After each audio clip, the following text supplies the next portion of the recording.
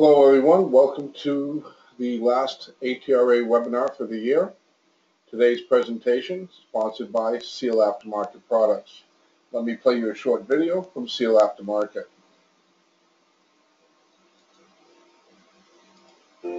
Seal Aftermarket Products engineers and manufactures Toledo Transkit, the most trusted and complete kits in the industry for 25 years.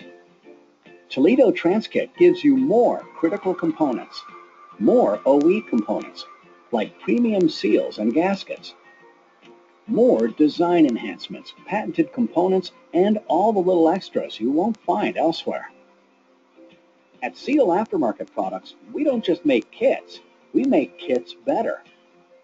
Toledo Transkit is the #1 choice of installers because of all the intensive research and development that goes into each component in every kit. Like re-engineered valve body gaskets, preventing EPC damage by eliminating the shredding you get from original equipment.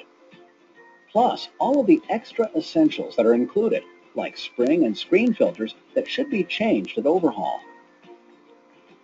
Toledo Transkit even includes loose valve body gaskets that fit all 19 bonded separator plates. When servicing Honda and ATRA transmissions, shaft nuts are quite often damaged during removal.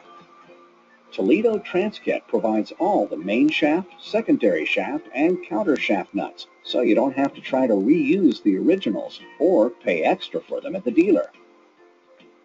Honda ATRA kits also include valve body screen filters, pressure tap washers, and other important components like bolt locks, roll pins, and pistons. What you get is a complete kit with great fit and no wasted time or worry about ordering extra parts. If you want the best sealing transmission kit in the industry, ask for Toledo Transkit by name.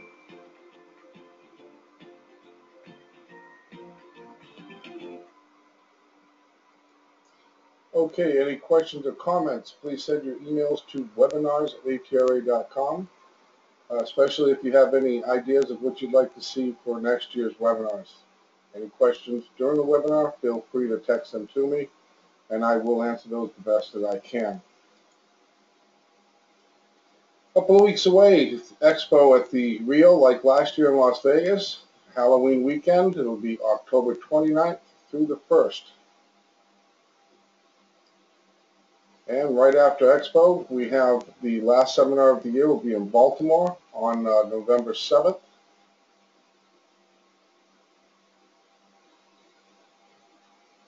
Today's presentation, we're going to talk a little bit about comparing the A960, A760, and the AB60 rear-wheel drive 6-speeds for the Toyota and Lexus vehicles. As you can see here, there's a wide variety of vehicles that this unit fits behind. Some European, some domestic. Normal rule of thumb for Toyota is always the higher the model number, the smaller the engine that it goes behind. As you can see here, the A960 goes behind the V6, where the A761 goes behind the V8. The AB60 is the largest of the 3 units. You'll find 2 ID tags on these units. You'll find a sticker on the left-hand side close to the bell housing, and then there'll be a metal plate that's riveted to the rear of the cage on the right-hand side. Now, although this webinar is about 6-speed, I just wanted to quickly mention some differences between the later 6-speed models and the earlier 5-speed models. If you look at the cutaway views of an A650 or 750 5-speed, you'll see there's an addition of some clutch assemblies and solenoids between the 2 5-speeds. You'll also notice a major difference with the earlier 5-speeds is the exception of the rule for Toyota and Lexus models. As I mentioned before, the general rule is the higher the transmission model number is usually found behind the smaller engine and vice versa. And not the case for the 5-speeds. The A750 is found behind the Toyota Lexus models with the larger engine, whereas like the V8s, The lower model, like the A650, is found behind the smaller V6 and V8 engines. Unlike the 6-speeds, they do still follow the general rule. Here's the application chart for the 5 speeds. As you can see here, the 650 goes behind the V8, and the larger number goes behind the larger V8s.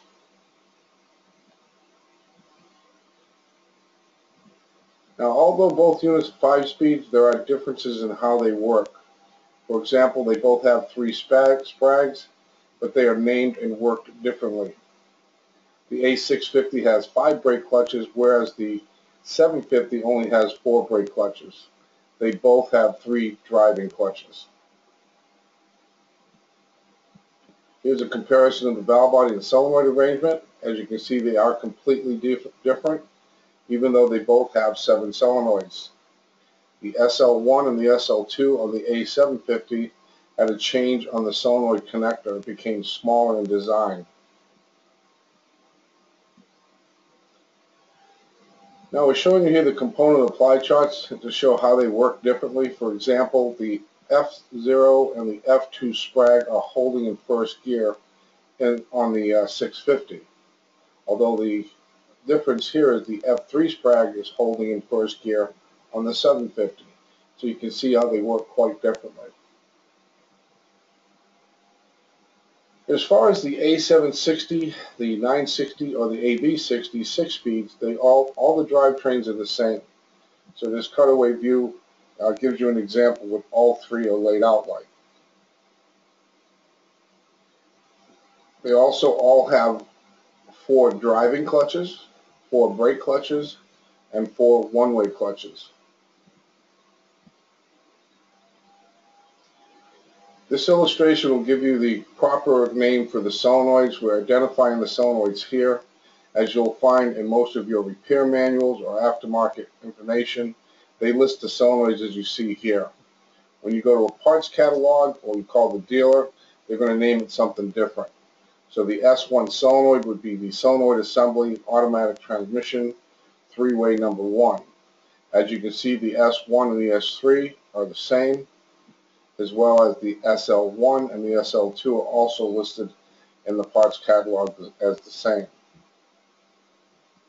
The only difference here on the AB60 will have 2 separate wire harnesses, and we'll talk about that as we go along into the webinar. There's your solenoid apply chart for all 3 6 speeds.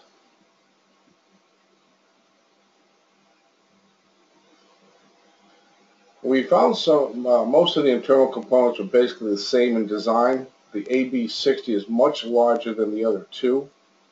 Now, although the A960, the smallest of the 3, the C1 C4 clutch drum is smaller, but the tip is a little bit longer than the other 2 units. Here's a layout of the internal components. As you can see, they're all the same. The only thing different will be the size of the components in comparison to which unit you're working with. Here are all the bell housing differences due to engine application. We've got the A760 and the 761 side by side. And then we have the AB60 to the right. As you can see, that's quite larger than the others. And then the smaller of the 3 different units is the A960.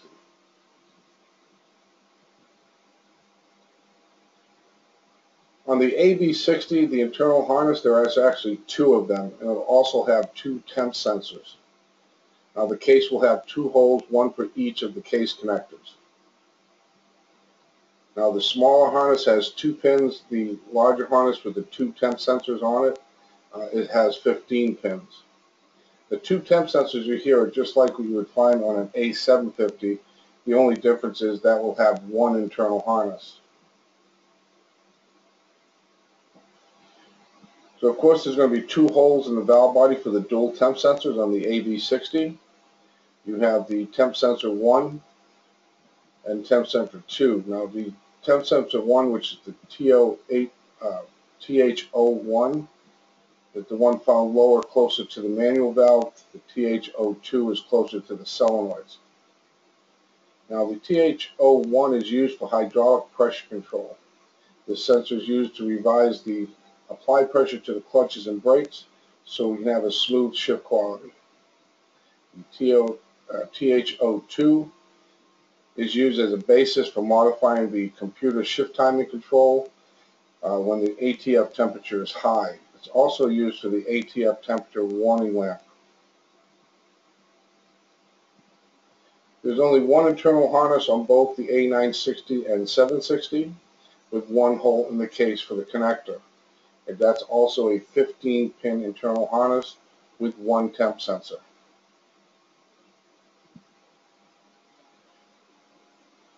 So in that case, the valve body will have one hole blocked. That'll be the one closer to the solenoid. And then you'll have one open hole for the temp sensor, the single temp sensor found on the internal wire harness. These temp sensor values max out about minus 40 degrees Fahrenheit to as high as 419 degrees Fahrenheit. Here's the 15-pin identification and specs for the one internal wire harness found on both the A760 and 960. As you can see here, we have the values for the temp sensor resistance as well as the resistance for the solenoids, and also identifying the solenoids whether they're normally high or normally low. Here's the pin ID for the two internal wire harnesses found on the AB60. As you can see, there's actually room here for 4 pins. There are 2 that are not in there, so you'll find only 2 pins in that connector. Those 2 pins go to the SL2 positive and negative side of the solenoid.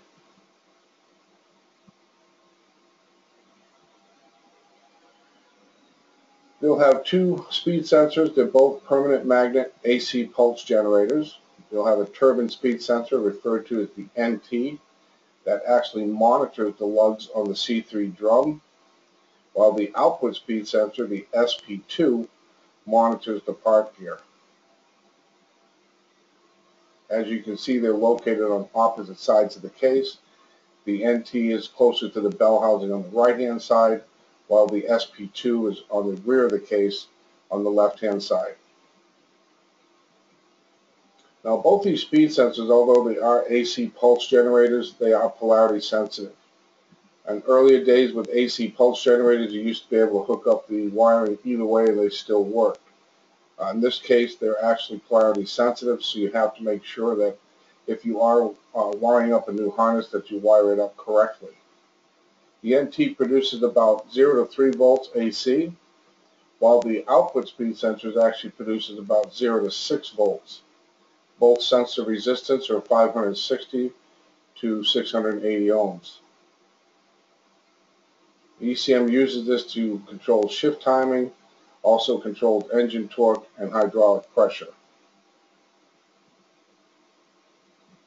When the input speed sensor malfunctions, the shift control is affected by using the information from the output speed sensor. During the time that the input speed sensor malfunctions, up shifts to the 5th, 6th, and what they refer to as artificial intelligence, which is like sports mode, or flex lockup control will all be prohibited.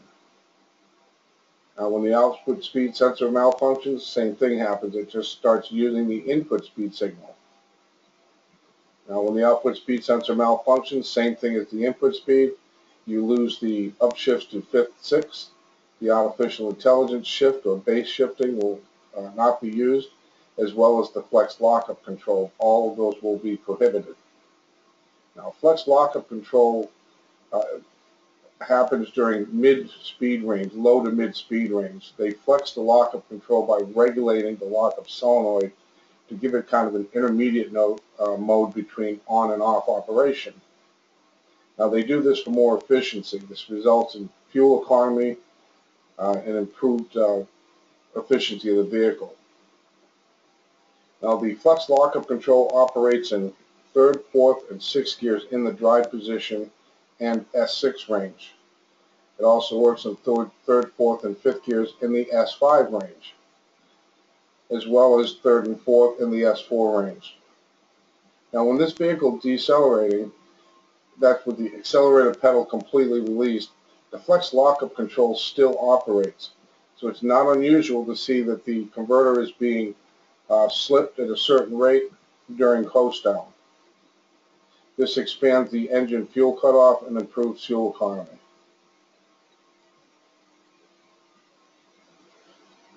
One of the things I want to point out when you remove these solenoids is you have to make sure that when you go back in with them that we align the retainer pin with the correct slot on the solenoid snout.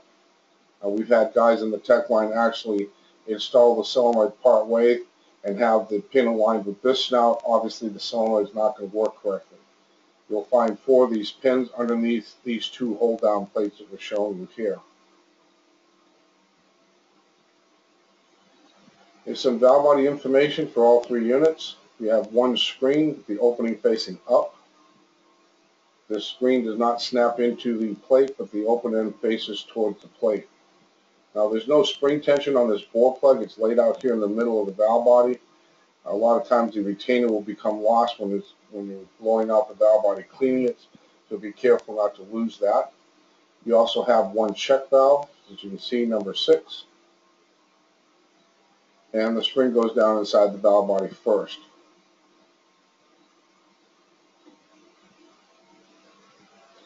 There's another layout of the valve body. What I want to point out here is you can see we have these 2 check valves. There's no spring tension on this one either. So a lot of times during rebuild when we're cleaning out the valve body, with shop air you may actually blow the retainer and this side of the check valve out. When that happens, you don't realize the check ball may also come out all at the same time, and you'll find these 2 pieces, not knowing there's a check ball there. I've actually had a lot of techs install this without the check ball, and of course at that point we're going to have a problem with the C3 clutch. There'll be a major leak there. Here's some of the check ball locations. These are all rubber check balls, same diameter, about 216 thousandths. They're a dark blue, almost black in color. And on some of the models that have the 960E, there may not be a check ball at this location. Always check the plate by putting the plate down over it. If there's no hole for the check ball, it doesn't need to be there. One of the things I want to point out here, if we're looking at the exploded view, this is the accumulator regulator adjustable sleeve. As you can see, it has steps to it. If we have to take this out of the valve body to clean it and check it, we want to make sure we mark where the pin went. You don't want to put this back in the wrong location. It'll affect the shift feel. Here's some more check ball locations here. As you can see, there's 2 locations on the A960 with some models may not have a check ball located there.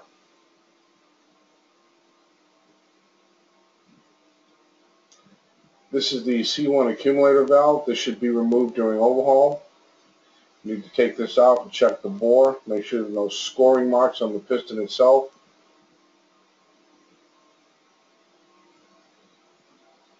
And then this is the line pressure blow-off ball.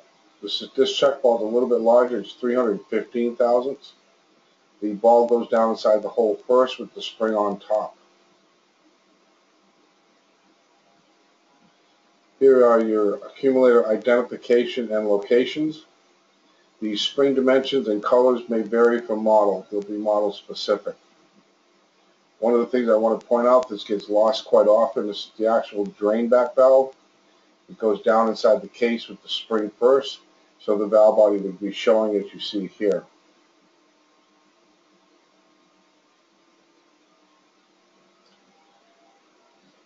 This is the F3 Sprag, or the low reverse Sprag. It freewheels clockwise and locks counterclockwise while holding the outer race. Now if this is installed incorrectly, you'll have no forward gear in drive. You'd have to go to manual low to get drive. And then obviously at that point you would have a bind up on the 1-2 shift, that's when the Sprag should be freewheeling. This is the F1 Sprag. You first have to install the third brake cylinder and the snap ring in the case. When you do that, make sure you check the apply hole. so that the cylinder 3 aligns the oil pressure apply hole with the hole in the transmission case. You have to make sure that that lines up correctly. When installing the number 3 Sprag, make sure that all 4 of the tabs are facing up. And same as the other Sprag, this one rotates clockwise and locks counterclockwise.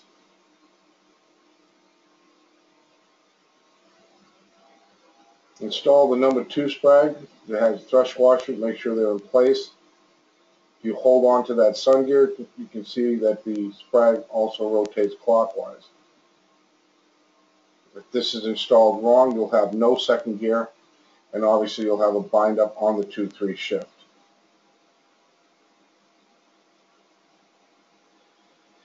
And then the F4 Sprag, the last one. This one can easily be checked by holding on to the C4 clutch hub. And as you can see, if you're holding it upright, that the Sprag will turn clockwise, and then it locks counterclockwise by turning the C1 clutch hub.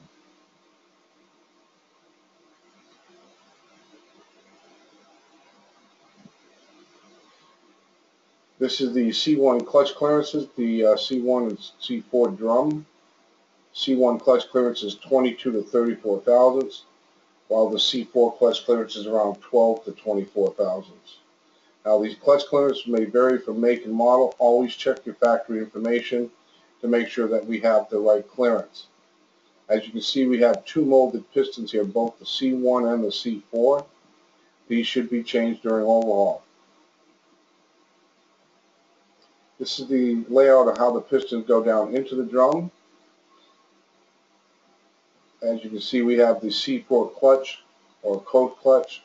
It's installed first, and then we have the C1 or forward clutch installed on top of that one.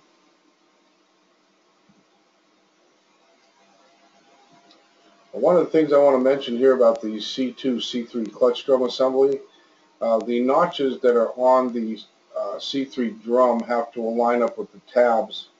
The notches on the C2 drum rather have to line up with the tabs on the C3 clutch drum.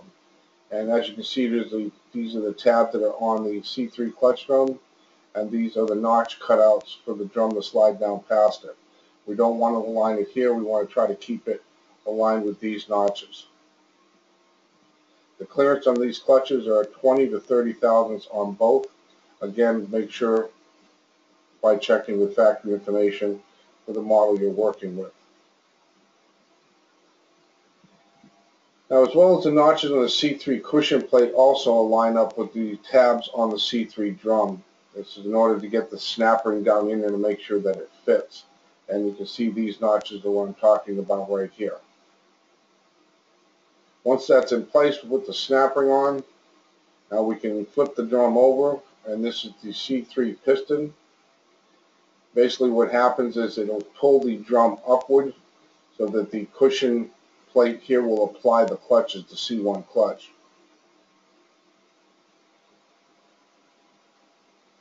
Now this is very similar to a U660E. They work in the same manner. As far as the C2 drum that has an aluminum piston, the only molded piston is the balance piston. It has a molded balance piston, but the other piston is just aluminum. This applies like any normal clutch. So the C2 clutch applies normally with the piston coming up. The C3 clutch applies by the drum being pulled down towards the C3 piston. Sometimes there's some confusion after the unit's been taken apart as far as how it goes back together with these bearings and spacers on the output shaft. When you remove the tail housing, always make sure that all your shims are located on the shaft, and maybe one of them might be still inside the tail housing. Make sure that we don't lose those. These shims have to go back in place. So the spacer goes on first, then whatever shims that you have. Now once we get to this snap ring, we take the snap ring off. You'll see that we have a thick race, we have a thrust bearing, and then we have a thinner race. This thinner race will actually have a lip on it. The lip faces towards the case.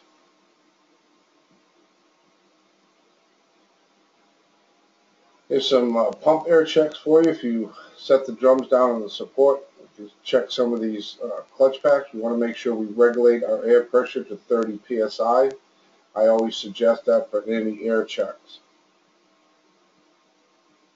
You also have in your handout the case air checks.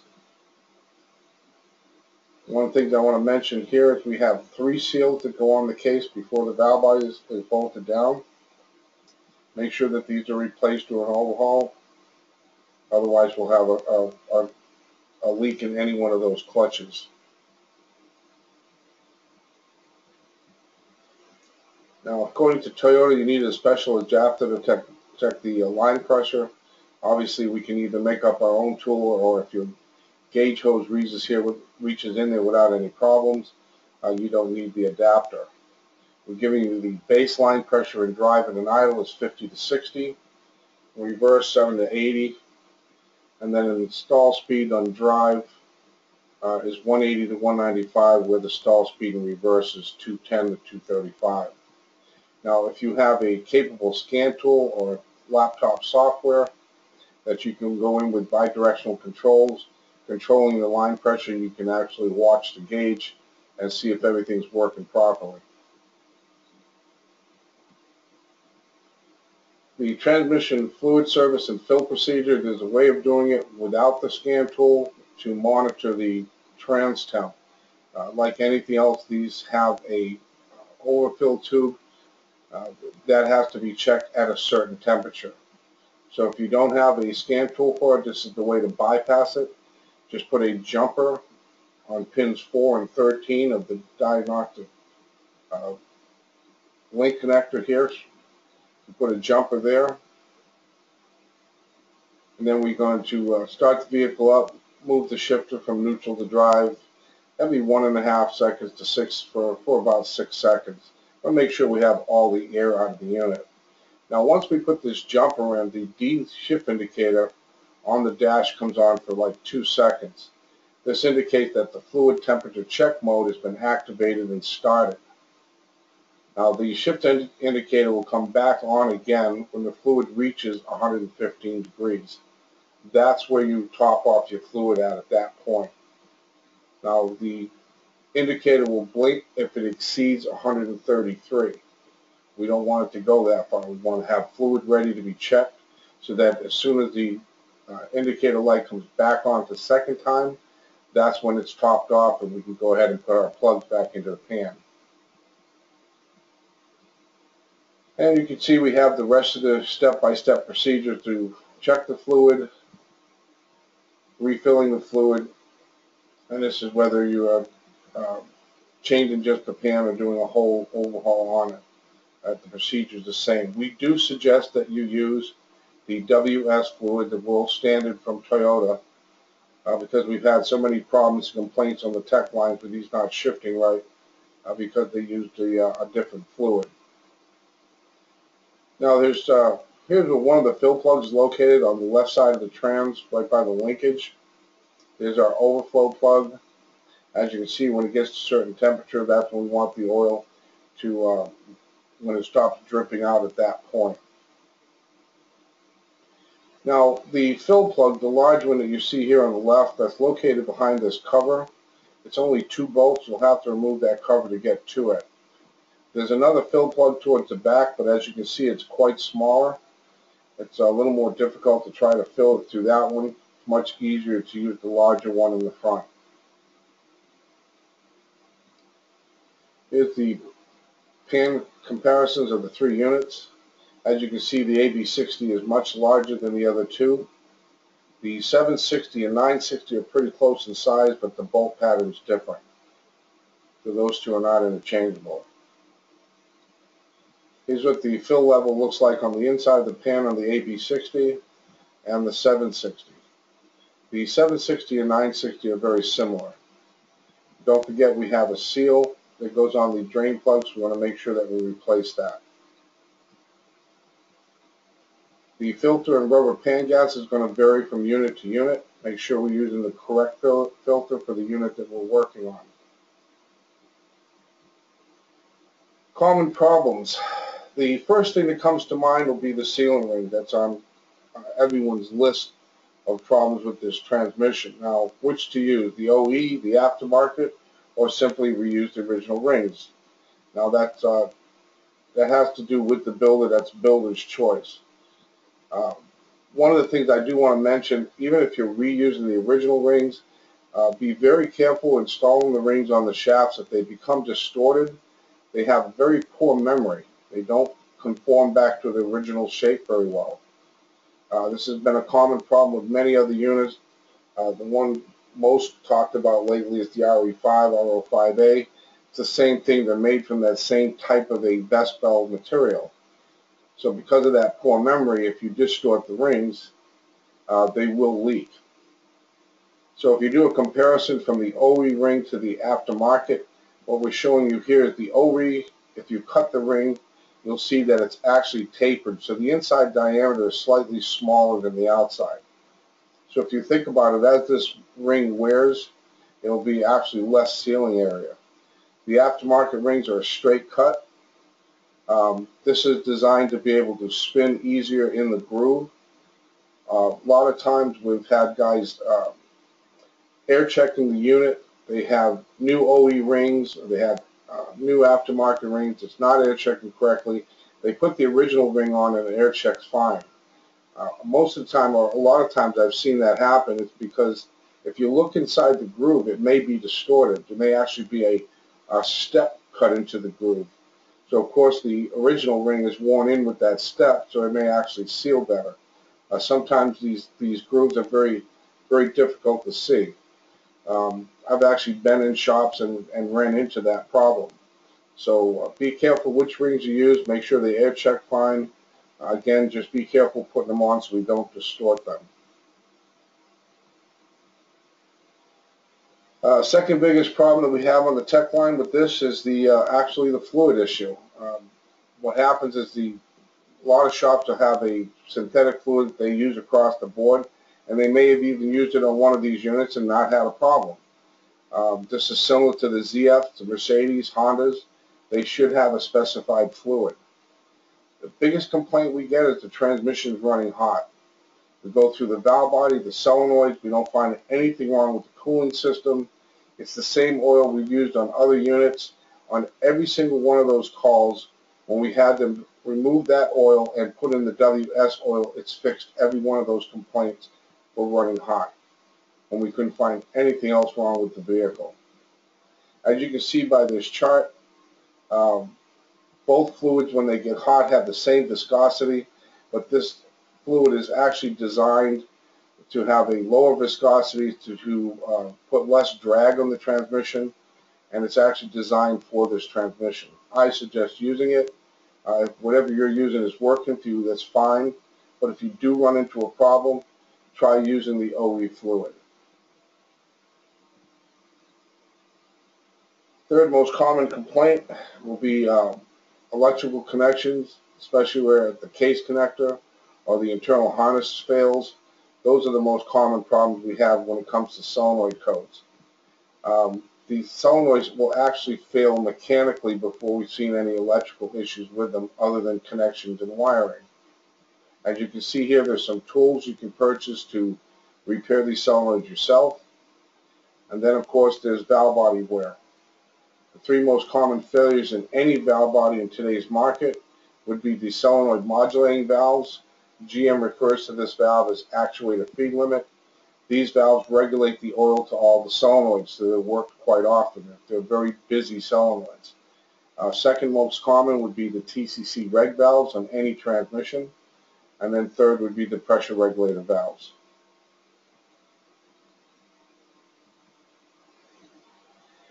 Every so often on the tech line, we have a tech call in that has a problem with a slight TCC shutter, maybe between 30 to 50 at light throttle, or maybe even a slight shift flare at light throttle. Valve body checks out fine. There's nothing wrong with the solenoids. All the load sensors on the vehicle are working correctly. We've actually had them go in on the pressure regulator adjustment sleeve and just turn it up to one higher notch. So basically it came in this way. You can see we had it marked. We'll turn it in so put a little bit more tension, increases the pressure slightly, and that's actually fixed some vehicles. Now, would I say this is a standard rebuild procedure? I may not. I may not want to do that and then end up with some kind of shift complaints where they're being too firm or downshift clamps or anything like that. So I suggest that we may want to do this as a try if everything else seems to be okay when you do run into that problem. This is another one that's been coming across the tech line quite often. Seems that some of these 04 to 05 Lexus vehicles, that's the IS430, it has a 4.3 liter engine and the 760 transmission. The complaint's been a harsh coast down or a harsh downshift complaint. You know, it doesn't mean that we're saying that we've seen so many of these that every one of these computers are bad. That's not the case. Several of them have been fixed by putting a new ECU in with the latest reflash. There's no TSB from Toyota or anyone for this. So before you condemn any computer, you have to make sure we check. We don't have an engine idle issue, throttle's not sticking, causing a harsher downshift. All the load sensors on the engine are working fine. And before you ever change a computer, make sure that all the inputs, especially the powers and grounds to the ECU, are all good before you replace it. Again, we're not saying that this is something that every one of these gets an ECU. No, in some cases we have seen some only fixed by a new computer.